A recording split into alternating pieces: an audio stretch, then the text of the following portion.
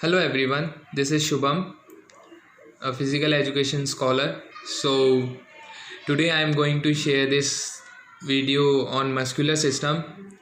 So this video is very helpful for you, as you know, if you are preparing for any exam like BPED entrance exam or MPED entrance exam, or maybe some kind of government exam like KVS and NET, also NET and NVS. So this video will be helpful, very helpful for you. क्या होता है कि इन exams में 2 से 3 question जो होते हैं muscles या मस्कुलर सिस्टम से जो होते हैं बहुत ईज़िली आते हैं उसमें, और वो करना आपके लिए ईज़ी होगा अगर आप मस्कुलर सिस्टम के बारे में पूरा जानते होंगे या पढ़ा होगा आपने।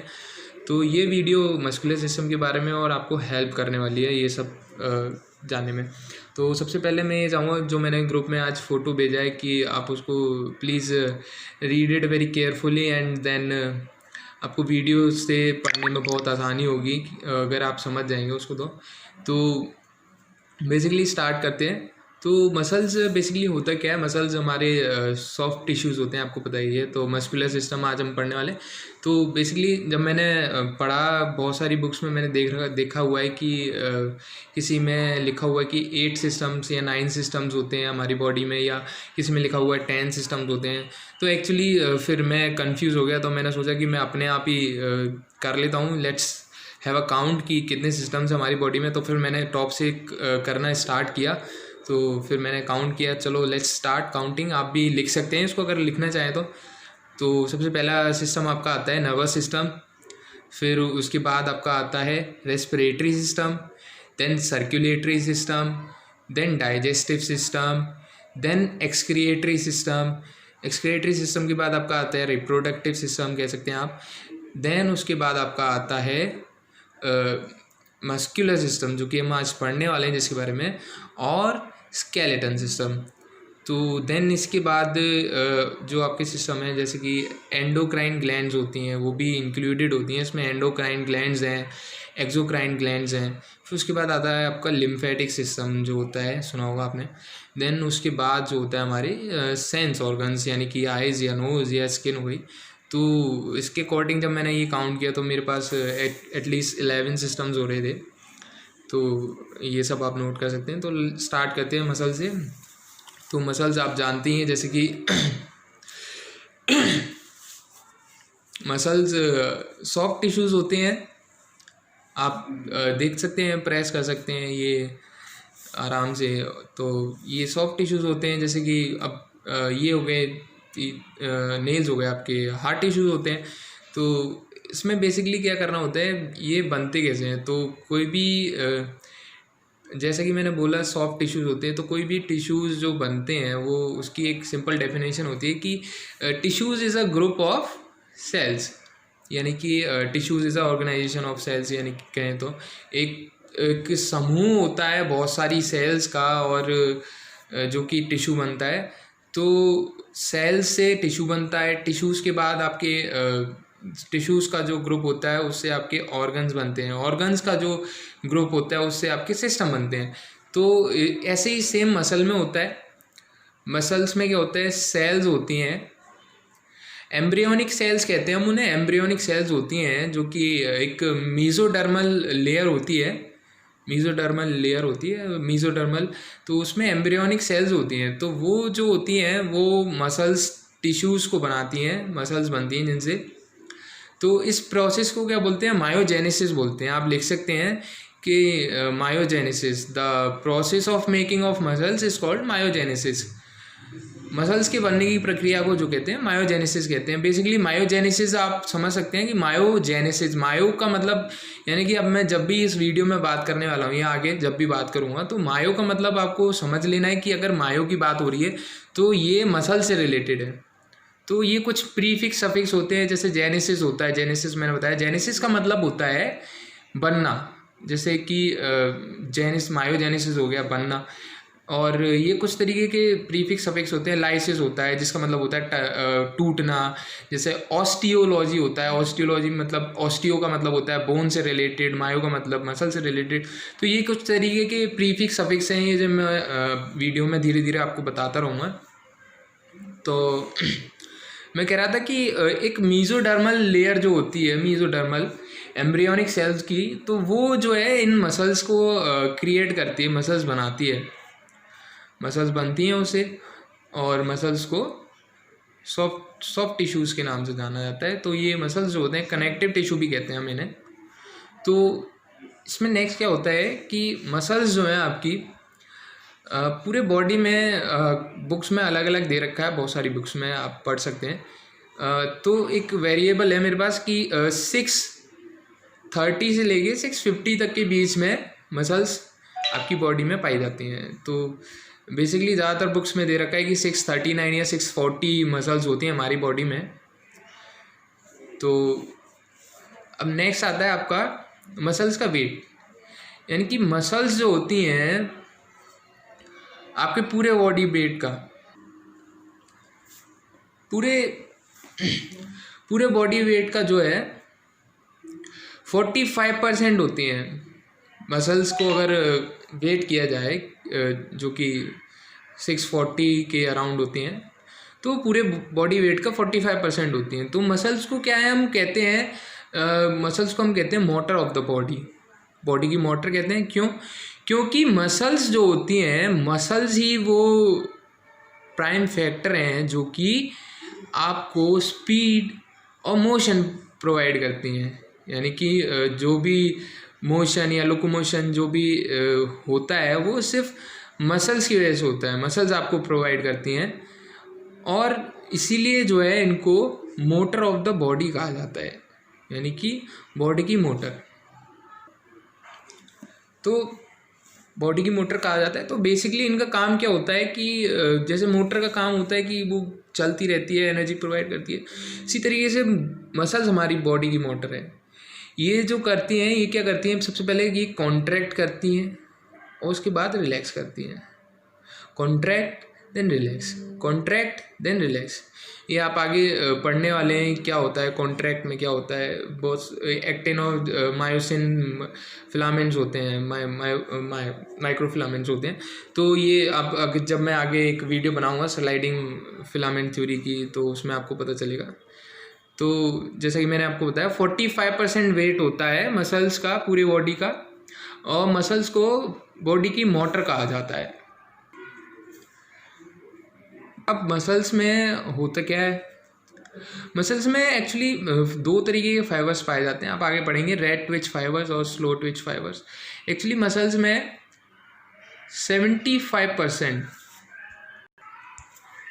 75% यानी कि पानी जो होता है वाटर, 75% वाटर, और बाकी का जो हिस्सा पाया जाता है 24 to 25% जो है प्रोटीन का हिस्सा पाया जाता है। यानी कि 75% आपका वाटर, बाकी जो होते हैं प्रोटीन होते हैं, मसल्स में पाए जाते हैं। सो मसल्स बॉडी की मोटर होती हैं। इनको पावर कैसे मिलती है, तो बेसिकली मसल्स में क्या होता है, कार्बोहाइड्रेट्स और फैट्स के ऑक्सीडेशन के बाद इनको पावर जो होती है वो मिलती है। और basically particularly red muscle fibres जो होते हैं, रेड ट्विच, तो उनमें क्या होता है, एनाएरोबिक मतलब बिना एयर वाली एक केमिकल प्रोसेस होती है। उस केमिकल प्रोसेस में क्या होता है, आपने सुना होगा एटीपी सुना होगा आपने। तो एडिनोसाइन ट्राइफॉस्फेट जो होता है वो बनता है उस केमिकल प्रोसेस में, जो कि मायोसिन हेड्स जो होते हैं उसमें मसल्स में, मायोसिन हेड्स उनको पावर देता है, उनकी पावर के लिए रिस्पॉन्सिबल होता है, मायोसिन हेड्स को पावर देता है। तो क्या होता है, ऑक्सीडेशन होता है कार्बोहाइड्रेट और फैट्स का, और क्या होता है, रिएक्शन होती है, केमिकल रिएक्शन लिख सकते हैं आप, केमिकल रिएक्शन होती है, और ऑक्सीडेशन फैट्स और कार्बोहाइड्रेट्स का। जिससे क्या है, मसल्स को पावर मिलती है। तो पावर मिलती है और ये मसल्स क्या करती हैं, मसल्स जो होती हैं हमारी, जैसे ऊपरी मसल्स हैं, ये स्केलेटल सिस्टम के ऊपर होती हैं, आपको पता है टेंडन से जुड़ी होती हैं। बेसिकली जो हमारे विसरल वाइटल ऑर्गन्स होते हैं वो, उनको प्रोटेक्ट करने का भी काम होता है भाई, पूरी बॉडी में पाई जाती हैं, पूरी अंदर तक, उनको प्रोटेक्ट भी करती है मसल्स जो होती हैं हमारी। तो जैसे हार्ट में एक लेयर होती है, आपको पता है, आगे पढ़ाया जाएगा, आगे बताऊंगा मैं आप लोगों को। 3 लेयर्स होती हैं हार्ट में, एपिकार्डियम, मायोकार्डियम और एंडोकार्डियम।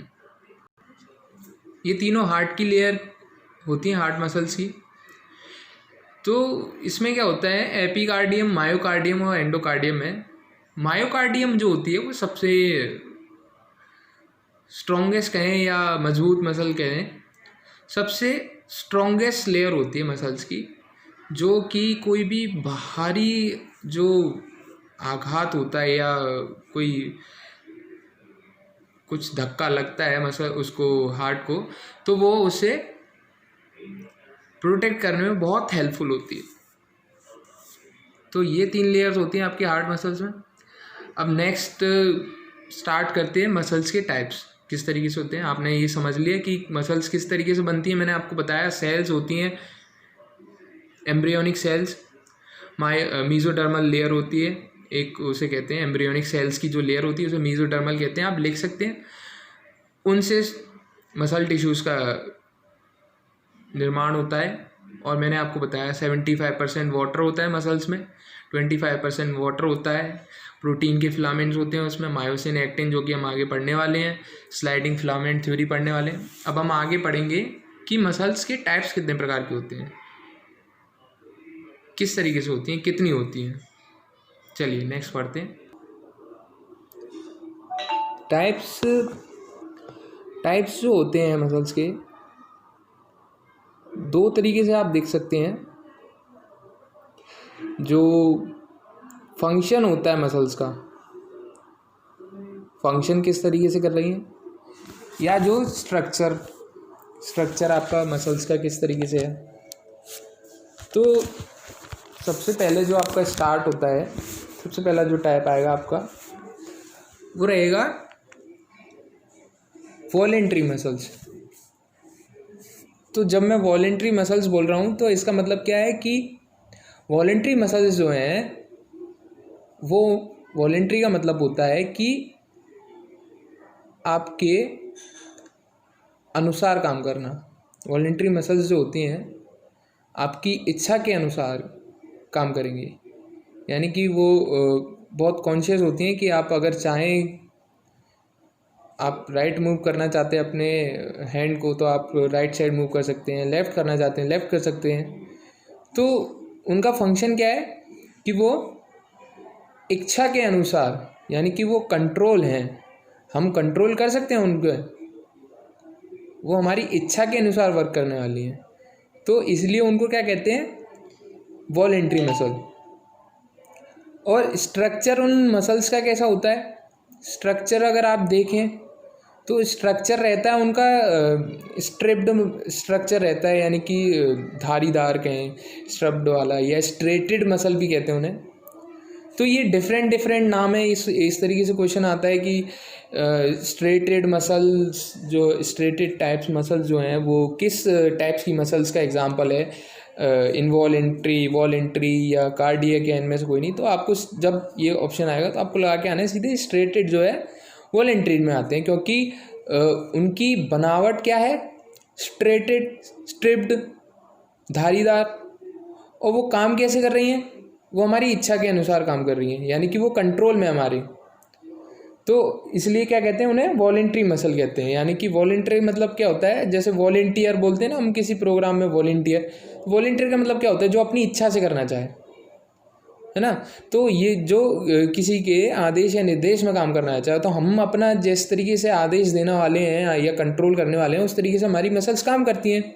तो इसलिए हम उन्हें वॉलेंट्री मसल्स कहते हैं, फंक्शन के तौर पर, फंक्शन के बेसिस पर। अब उन्हें स्ट्रक्चर के बेसिस पर क्या कहते हैं? स्ट्रक्चर के बेसिस पर हम उन्हें कहते हैं स्ट्रेटेड या स्ट्रिप्ड मसल्स, है ना।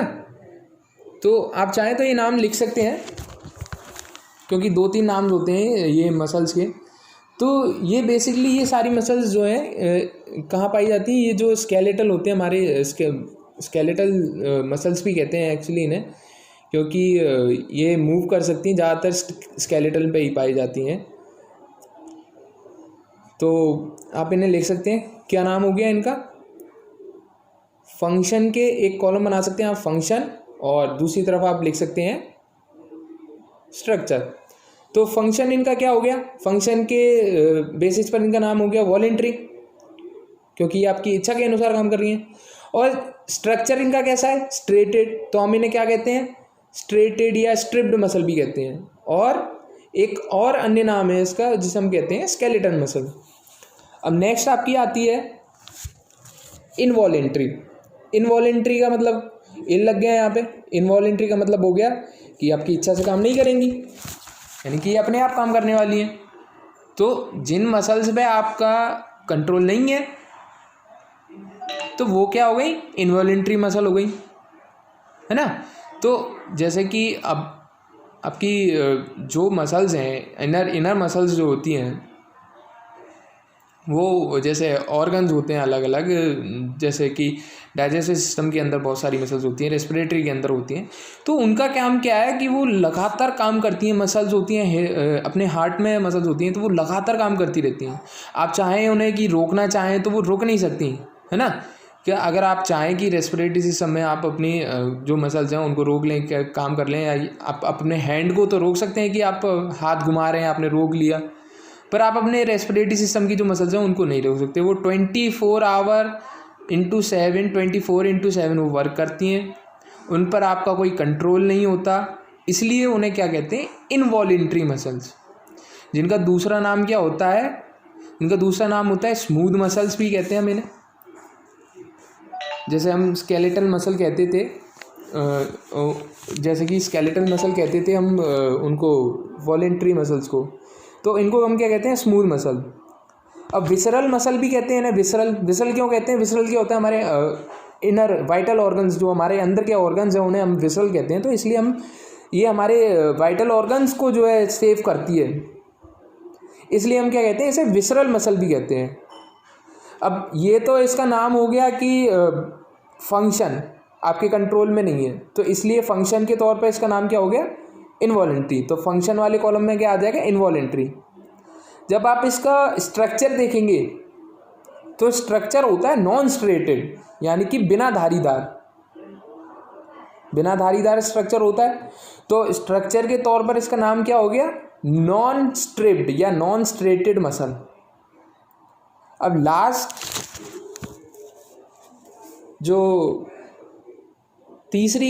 यानी कि तीसरी जो मसल है वो आपकी आती है कार्डियक मसल। अभी कार्डियक मसल को कार्डियक मसल क्यों कहते हैं? और ये सिर्फ यही एक मसल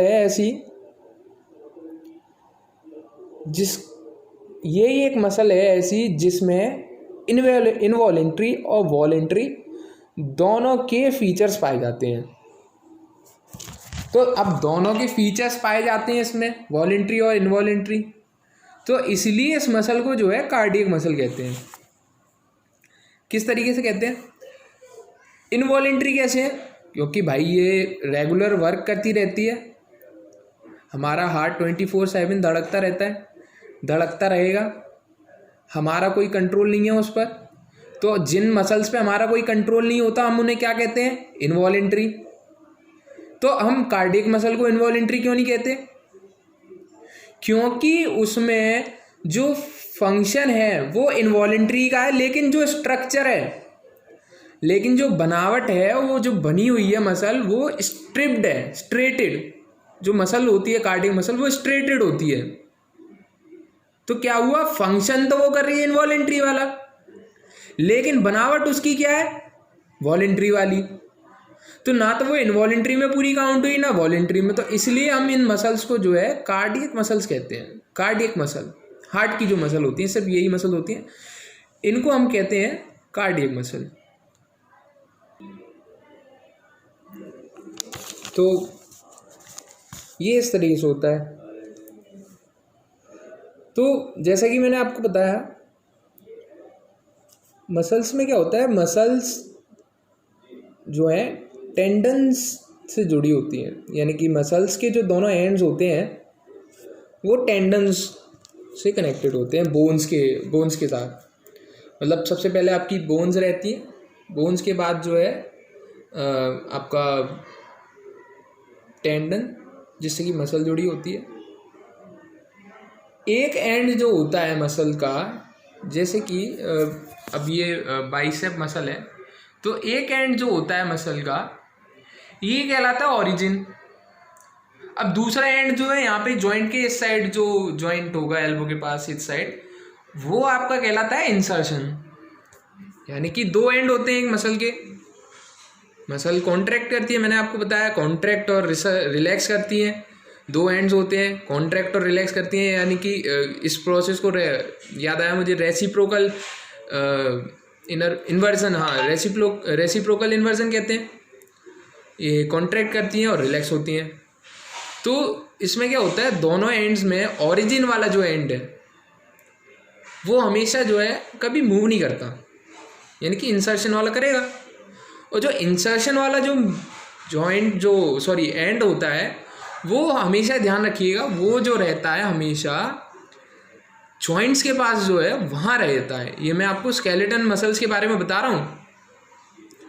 तो इसमें क्या होता है, ओरिजिन एंड कभी मूव नहीं करेगा और इंसर्शन जो है हमेशा जॉइंट के पास रहता है।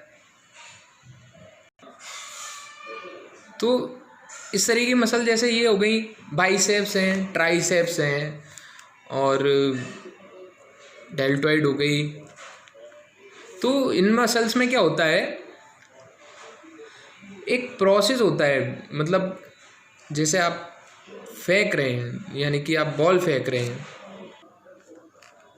तो थ्रोअर मसल होती है। जैसे कि हम फेंक रहे हैं तो डेल्टॉइड तो हमारी थ्रोअर मसल होती है। तो अभी इसमें क्या होता है कि जो वैसे फेंक तो हम बॉल, हमने पकड़ रखी है, बॉल को होल्ड कर रखा है, तो उसमें हमारी फोर आर्म की मसल्स हैं वो भी यूज़ हो रही है। तो मसल्स में क्या होता है, दो टर्म्स होते हैं, एगोनिस्ट और एंटागोनिस्ट। तो जो थ्रोअर मसल है, यानी कि प्राइम मूवर जो है, प्राइम मूवर कहते हैं उसे, जिस मुख्य मांसपेशी से पावर आ रही है, जो कि मुख्य मांसपेशी है, यानी कि डेल्टॉइड जिससे हम फेंक रहे हैं, तो उसे हम कहते हैं एगोनिस्ट। और बाकी जो मांसपेशियां हैं, जैसे कि फोर आर्म है, बाइसेप्स है, ट्राइसेप्स हैं, ये हेल्प कर रही हैं, तो इनको हम कहते हैं एंटागोनिस्ट। तो अब इसमें होता क्या है, ये आपस में एक रिलेशनशिप होता है इनका, एंटागोनिस्ट और एगोनिस्ट का, कि जब एगोनिस्ट मसल जो होती है तो उसके साथ बहुत सारी एंटागोनिस्ट मसल्स होती हैं जो कि उसे हेल्प कर रही होती हैं। यानी कि जो प्राइम मूवर होती है वो होती है एगोनिस्ट। जैसे कि अगर मैं वेट उठाने की बात करूं, तो अगर मैं वेट उठा रहा हूं बाइसेप्स से, तो जब मैं ये वेट उठा रहा हूँ तो मेरी मसल कॉन्ट्रैक्ट हो रही है बाइसेप्स की, और स्ट्रेच कौन सी हो रही है, रिलैक्स कौन सी हो रही है, ट्राइसेप्स। ऐसा ही उल्टा हो जाता है, यानी कि ये जो प्रोसेस है उसे हम कहते हैं रेसिप्रोकल इन्वर्जन। इन दोनों के रिलेशनशिप को हम कहते हैं रेसिप्रोकल इन्वर्जन, एंटागोनिस्ट और एगोनिस्ट। एगोनिस्ट किसे कहते हैं, प्राइम मूवर, यानी कि जो मुख्य मांसपेशी है उसे हम कहते हैं एगोनिस्ट। और जो एंटागोनिस्ट में क्या आता है, एगोनिस्ट, तो एगोनिस्ट हो गई आपकी प्राइम मूवर। एंटागोनिस्ट जो होती हैं, यानी कि जो सपोर्टिव मसल्स हैं या जो कि हेल्प कर रही हैं, उन्हें हम एगोनिस्ट कहते हैं, एंटागोनिस्ट सॉरी। तो इन दोनों के जो रिलेशनशिप होता है, मतलब जो वर्क कर रही है, यानी कि एगोनिस्ट जब मूव कर रही है तो एंटागोनिस्ट रिलैक्स कर रही है, तो इस प्रोसेस को हम कहते हैं रेसिप्रोकल इन्वर्जन। तो यहाँ मुझे लग रहा है कि टाइम ज़्यादा हो गया है, तो वीडियो ज़्यादा लंबी ना हो, इसलिए मैं अब चलते हैं। और नेक्स्ट वीडियो में जो है आपको मैं बताने वाला हूँ जैसे कि मसल्स का जो फंक्शन है, यानी कि वो किस तरीके से फंक्शन कर रही हैं। अभी तो कॉन्ट्रैक्शन होता है, आपको मैंने बताया कॉन्ट्रैक्ट और रिलैक्स कर रही हैं, एंटागोनिस्ट एगोनिस्ट एंटागोनिस्ट बता दिया। पर लेकिन कॉन्ट्रैक्शन भी उसमें बहुत तरीके का होता है। किस तरीके का होता है? आइसोमेट्रिक, आइसोकाइनेटिक, अलग अलग तरीके के कॉन्ट्रैक्शन होते हैं और किस तरीके से फंक्शन करती है वो मैं आपको बताने वाला हूँ आगे वीडियो में, यानी कि पार्ट 2 में। तो thank you so much. If you like the video, just do like, press the thumbs up button and just subscribe my channel. Thank you so much.